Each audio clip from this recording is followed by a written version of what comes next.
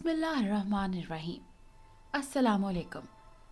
नाजरीन, आज मैं आपके लिए एक सच्ची और खौफनाक कहानी लेकर आई हूँ।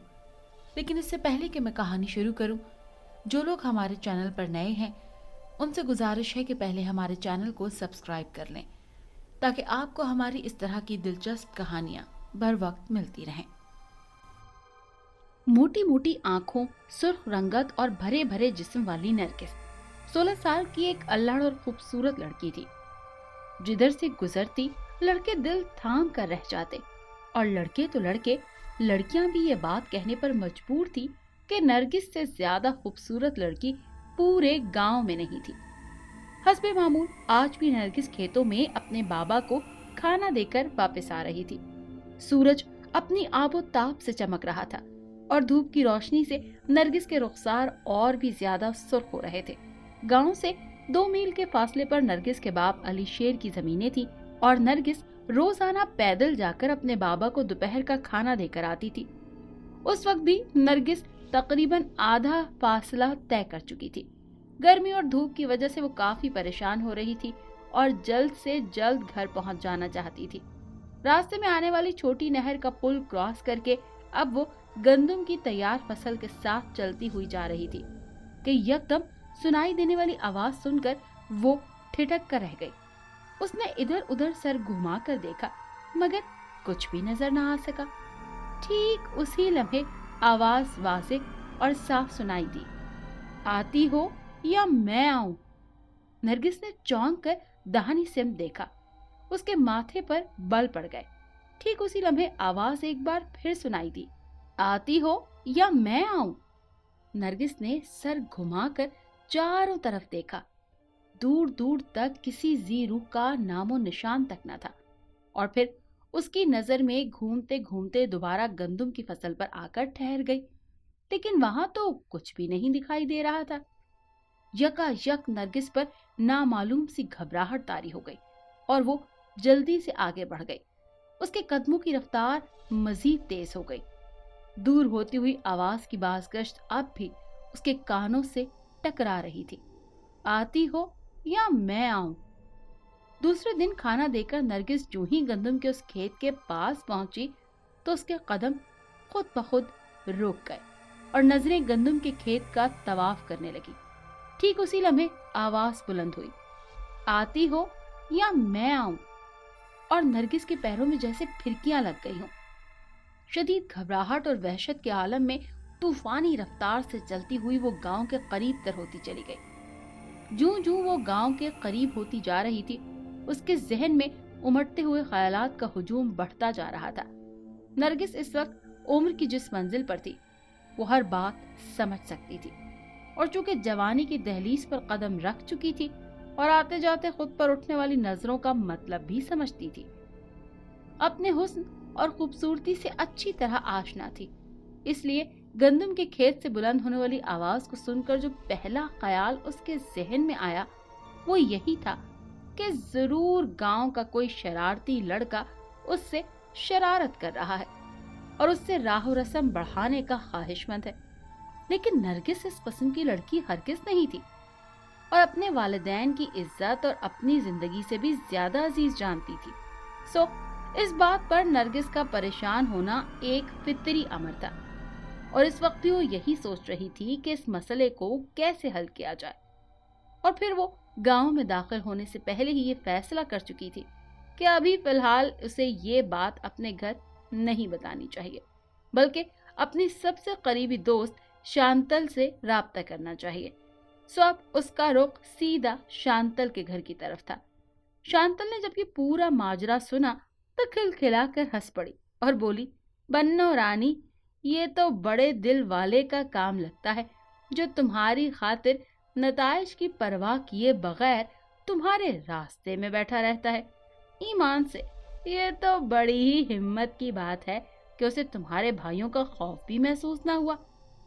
सच्ची अगर कोई मेरे लिए ऐसा करता तो मैं जी जान से उस पर कुर्बान हो जाती।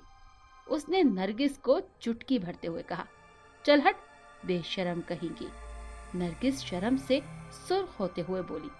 वैसे नरगिस रानी, अगर तुम इस बेचारे पर तरस खा लो तो क्या हर्ज है। देख शांतल, मैं पत्थर मार दूंगी। हाँ, नरगिस ने शांतल के बाल खींचते हुए कहा। तुम अच्छी तरह जानती हो कि मैं ऐसी बातें बिल्कुल पसंद नहीं करती। तुम्हारे पास इसलिए आई हूँ कि इस मुसीबत से निजात के लिए कोई अच्छा सा मशवरा दोगी। अगर तुमने ऐसी ही बातें करनी है तो मैं चली, नरगिस ने मुंह फुलाते हुए कहा और साथ ही उठ खड़ी हुई। अच्छा बाबा अच्छा, मशवरा भी देती हूँ, तुम बैठो तो सही। शांतल ने नरगिस का बाजू पकड़कर खींचा और उसे बिठाया। अच्छा देखो, कल जब तुम खाना लेकर जाओगी तो मैं भी तुम्हारे साथ चलूंगी। इसी बहाने मैं भी उस आशिक को देख लूंगी और साथ ही उसे समझा भी दूंगी कि मियाँ साहबजादे, इन तिलों में तेल नहीं है और यहाँ तुम्हारी दाल नहीं गलने वाली।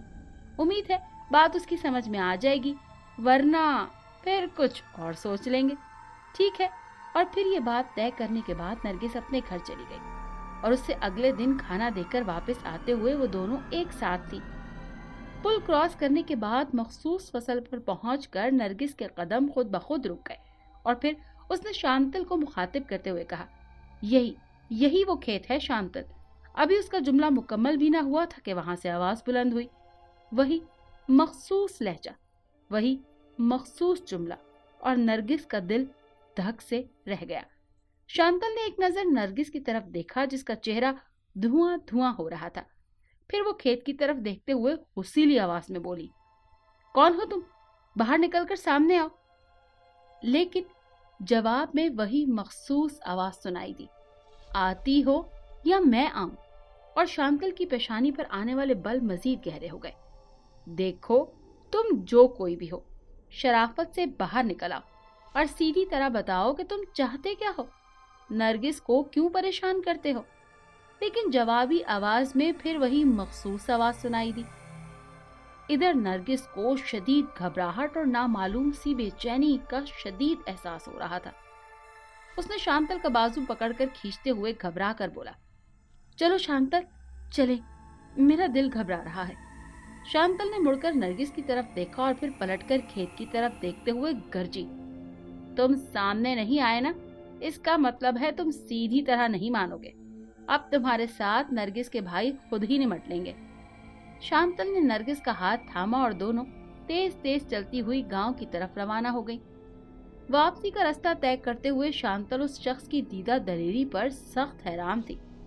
देखो नरगिस, अव्वल तो ये जो कोई भी था दोबारा ऐसी जुर्रत नहीं करेगा, क्योंकि मैंने उसे तुम्हारे भाइयों की धमकी दी है और तुमने देखा मेरी इस बात के बाद दोबारा आवाज सुनाई नहीं दी। लेकिन फर्ज करो अगर दोबारा भी ऐसा करता तो बेहतर होगा कि तुम घर में बता दो। जो कोई भी ये घटिया हरकत कर रहा है, चचा शेर अली और सरफराज भाई, इफ्तिखार भाई वगैरह खुद ही उससे निमट लेंगे, ठीक है ना? और नरगिस ने असबात में सर हिला दिया। दूसरे दिन जब नरगिस वापस आते हुए मखसूस खेत तक पहुंची तो उसका दिल धक धक कर रहा था। खेत के करीब से गुजरते हुए नरगिस ने आंख भरकर भी खेत की तरफ नहीं देखा। लेकिन अभी वो चंद ही कदम चली होगी कि हवा के दोष पर सनसनाती हुई वही मखसूस आवाज किसी के धमाके की मानद उसके कानों से टकराई और नरगिस की रीढ़ की हड्डी में सर्दी की लहर दौड़ गई और उसका दिल उछलकर जैसे हलक में आ गया हो। उसने घबराकर खेत की तरफ देखा लेकिन कुछ नजर नहीं आया। ठीक उसी लम्हे आवाज दोबारा सुनाई दी। दूसरी दफा आवाज का सुनना ही था कि वो भाग पड़ी और घर पहुंचकर ही सांस लिया। वो चारपाई पर गिरी और होशो हवास से बेगाना हो गई। जब होश आया तो अम्मी उसके सिरहाने बैठी थी, जबकि सामने वाली चारपाई पर उसके बाबा लाला सरफराज और लाला इफ्तिखार बैठे हुए थे। परेशान नजरों से उसकी तरफ देख रहे थे। नरगिस की आंखों में बेख्तियार आंसू आ गए। वो उठकर बैठ गई। ये देखकर लाला इफ्तिखार उठे और उसके सर पर हाथ फेरते हुए बोले, पगली, रोते नहीं है, बात क्या है? मुझे बता, आखिर हुआ क्या है? किसने तुझे परेशान किया है? बहना, सिर्फ एक बार मुझे बता दे, सिर्फ एक बार। और आखिरी जुमला कहते हुए जैसे उनके लहजे में बिजलियां तड़प रही थी। इतना सुनना था कि नरगिस फूट फूट कर रो पड़ी और फिर उसने सारी दास्तान सुना दी। सब कुछ बताने के बाद नरगिस बोली, भैया, आइंदा मैं खाना लेकर नहीं जाऊंगी, मुझे बहुत डर लग रहा है।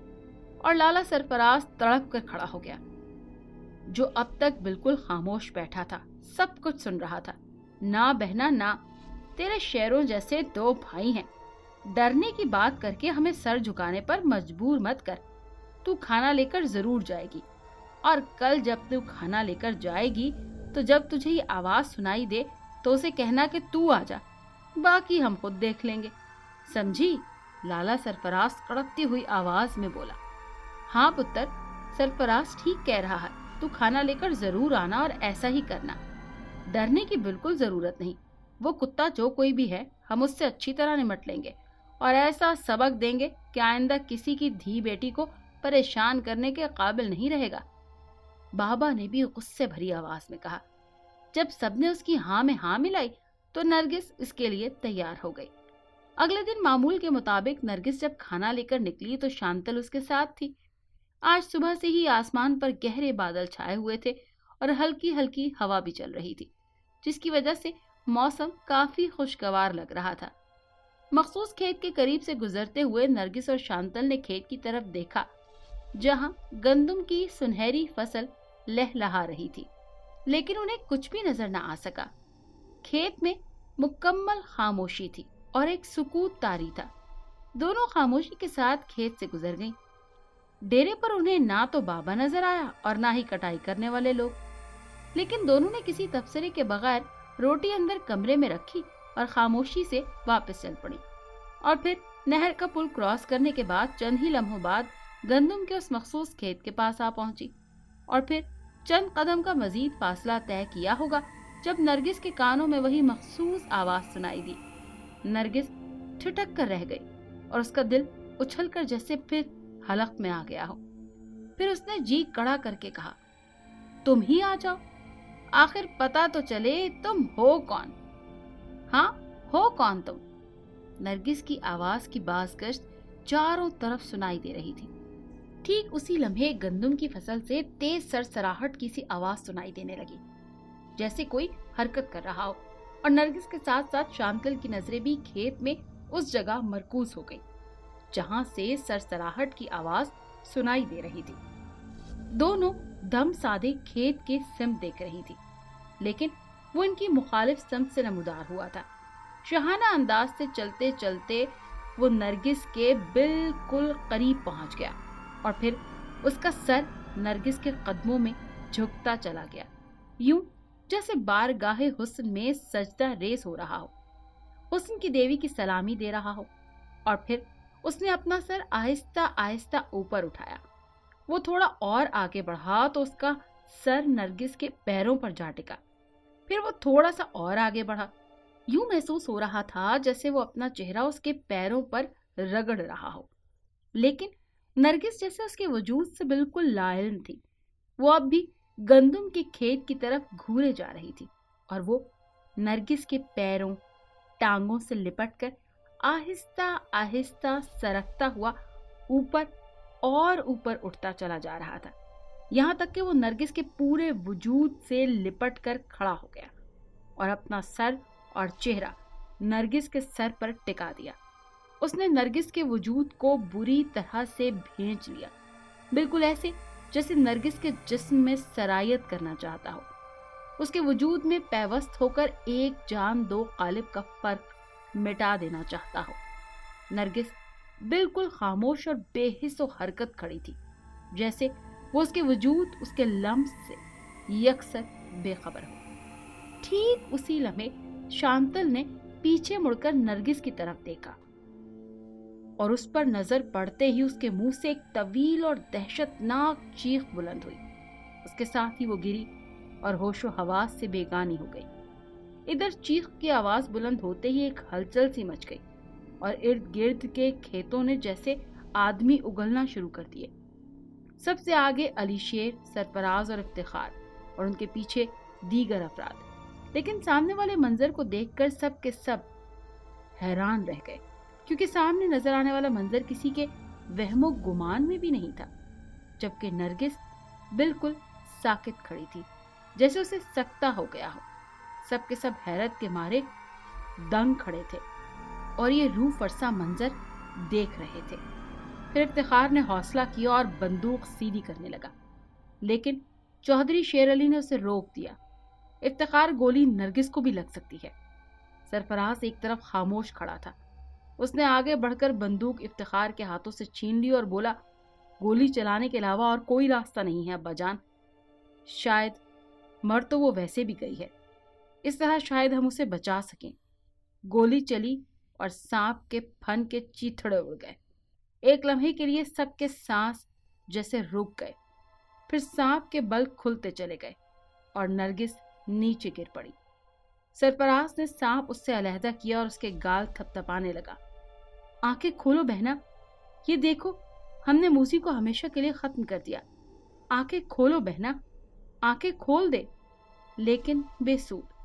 चौधरी अली शेर ने आगे बढ़कर नरगिस के नब्ज पर हाथ रखा और फूट फूट कर रोने लगा। नरगिस की रूह कफ्स अंसरी से परवास कर चुकी थी। अगर आपको ये कहानी अच्छी लगी है तो इसे लाइक कीजिए और हमारे चैनल को सब्सक्राइब कीजिए। और हाँ, अगर आपके किसी दोस्त, रिश्तेदार या बहन के साथ खुदा न खास्ता इस तरह का कोई भी वाक़या पेश आया है तो हमें कमेंट सेक्शन में उसके बारे में ज़रूर बताइए।